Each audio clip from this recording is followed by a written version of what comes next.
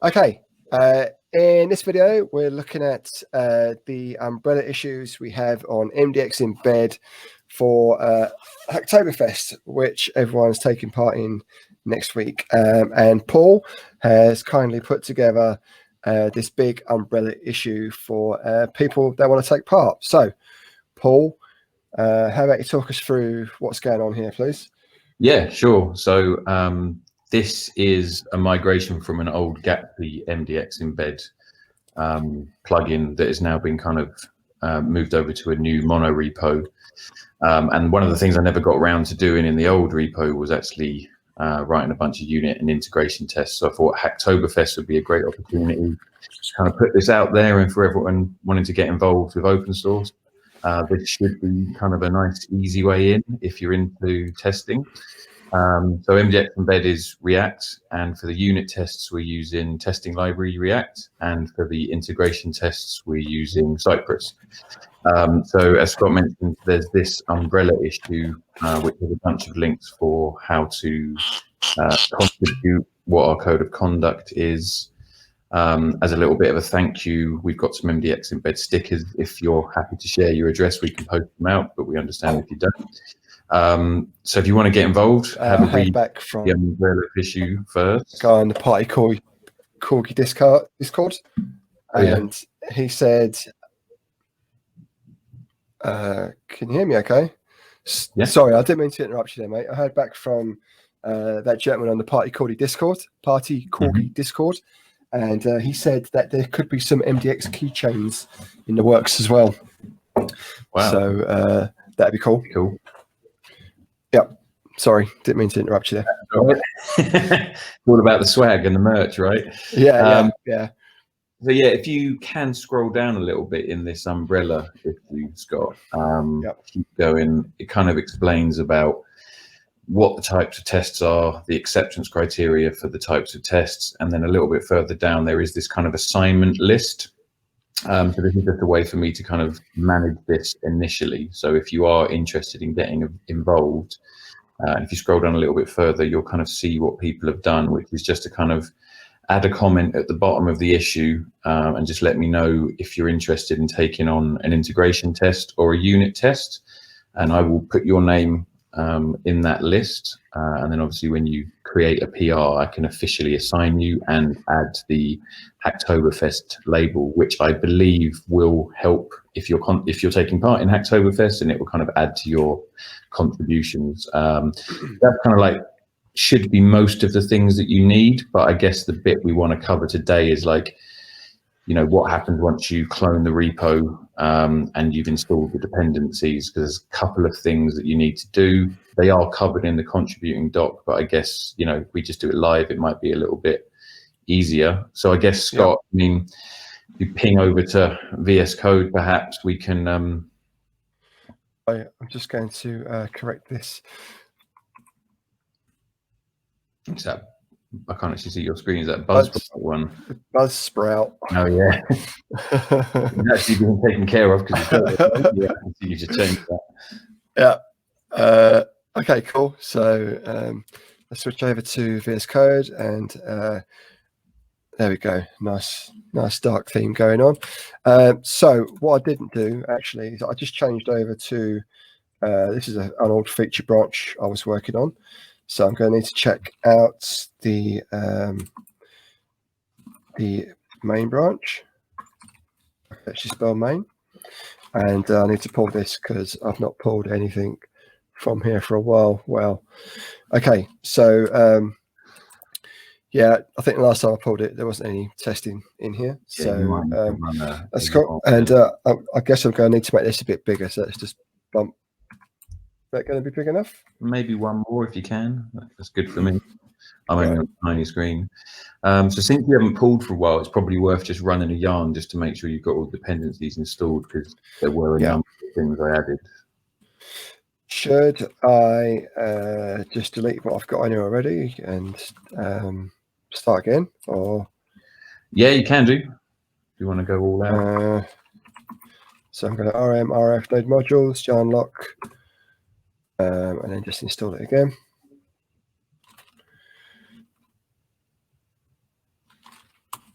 And then uncomfortably wait while we wait for the dependencies to install.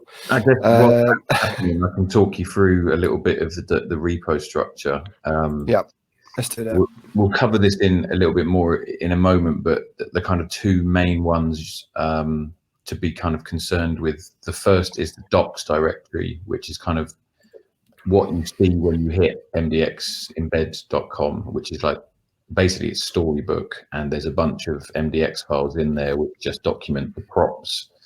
So that should be in source components.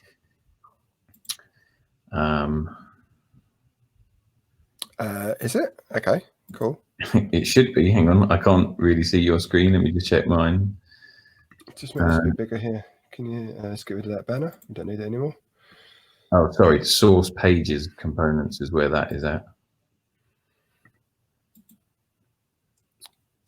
So in docs, pages, components. Here we go. Yeah. Right. Yep. There they are. Yeah. So each of those MDX pages are effectively the page that you see in Storybook when you visit mdxembed.com. So we won't really need to worry about that too much for a moment, but just in case you were wondering, or if you see any spelling mistakes anywhere, that's kind of where they are. Yeah. We'll spin the Storybook up in a moment.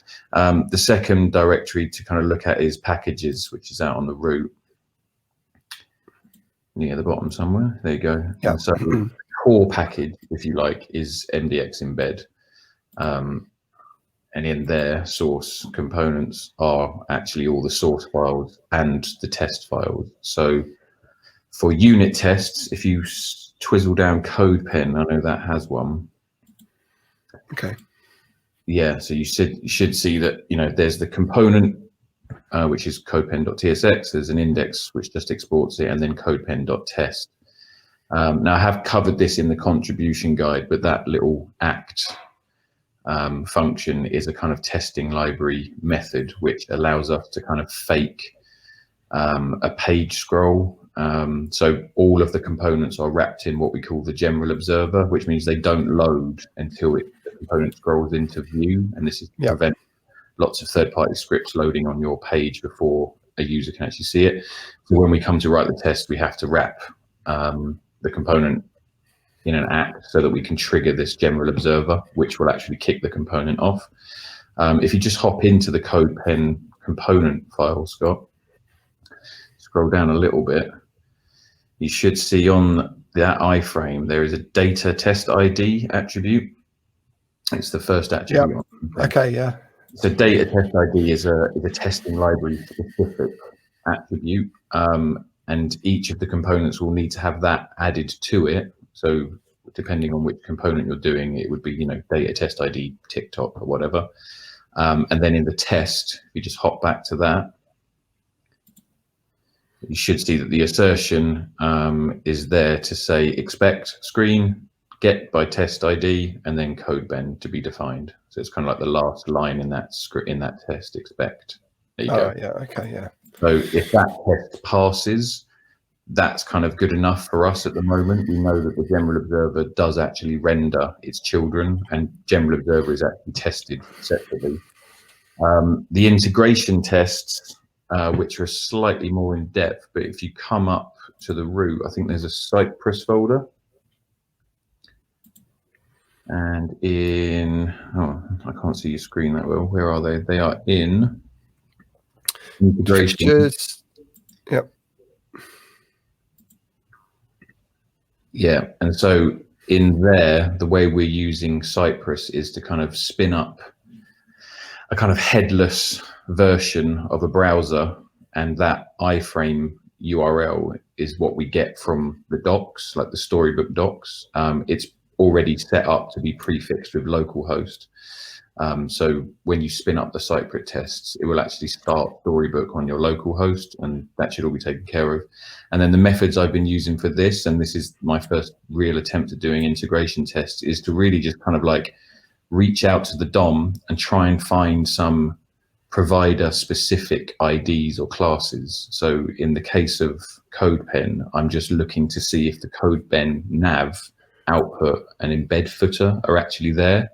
Oh, and this stuff here, yeah. Okay, cool. Yeah, it's a bit like jQuery, you know, like how you would, you know, find a DOM node.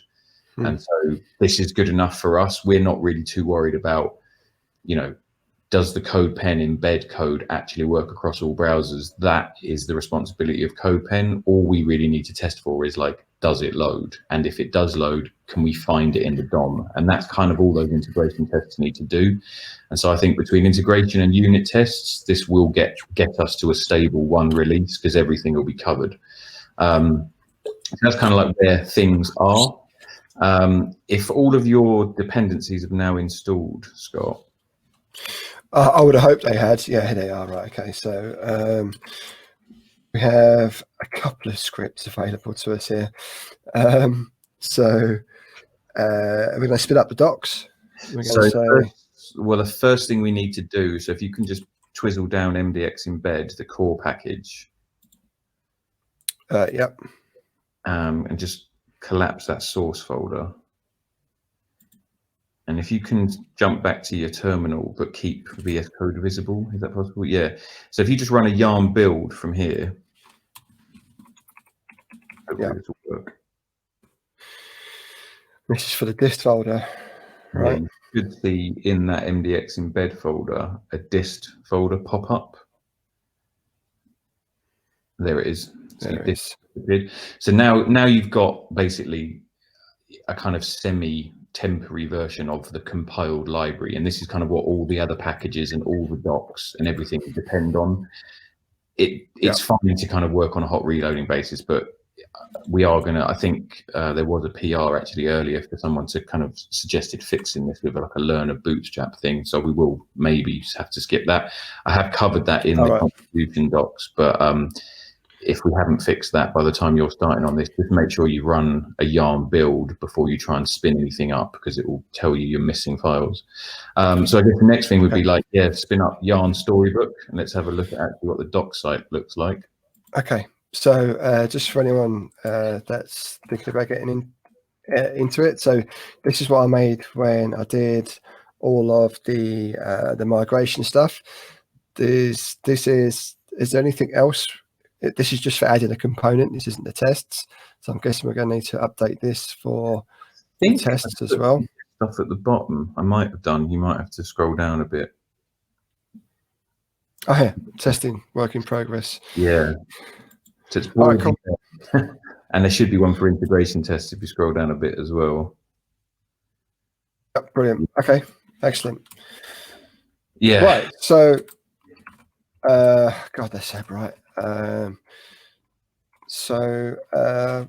did you say? Yarn. Spin up yarn storybook, and that will just spin up a local kind of storybook, which we can see. And this is effectively what you will see when you visit mdxembed.com. Or should I say mdx-embed.com? Oh, you know what? Because you got both the domains, didn't you? I think I did buy this. I think it's pointed. I haven't actually checked the DNS on that one, but yeah. Right, so let's put that in here.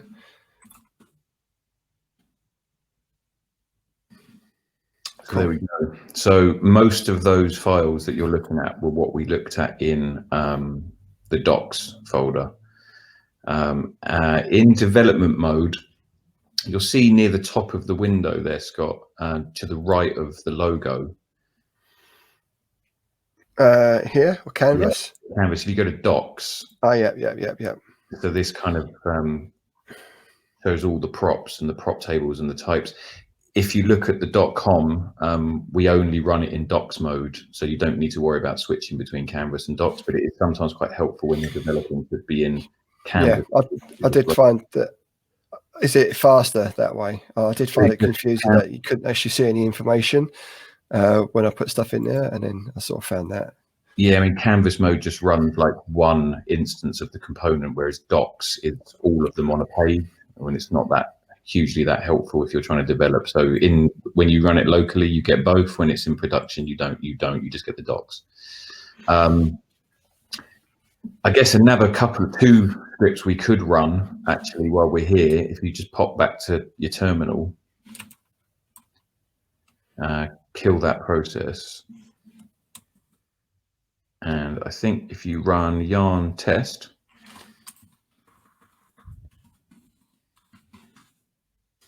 this should run the unit tests. So you should see there you go. There's General Observer, the MDX Embed provider, and the code pen test. Bit of luck, they should all pass.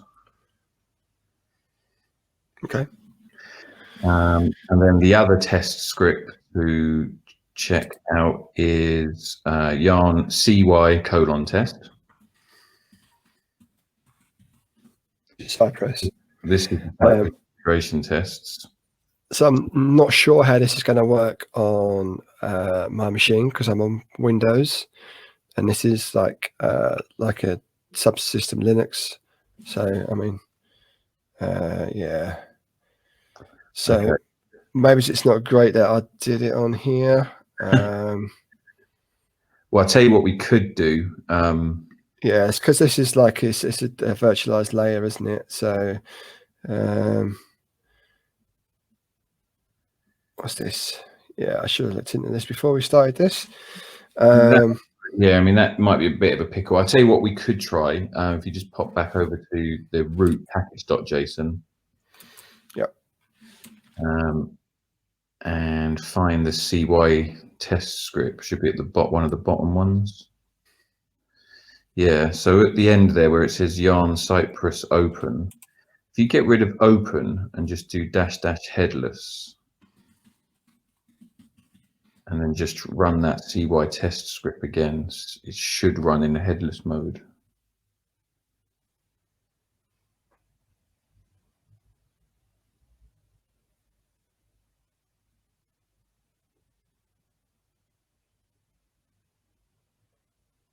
Oh man. It might not be. Yeah, that's totally my fault because unknown command headless. Headless. Let me just check how you run Cypress in headless mode.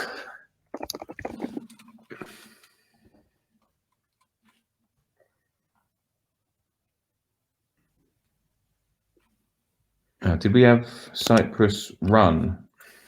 Oh yeah. No, it's just yarn Cypress. Hang on. So it should be Cypress run -- headless, I think. All right, let's try that.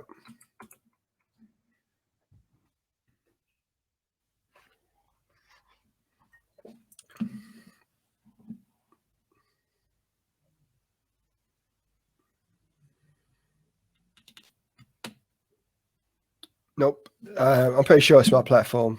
Okay.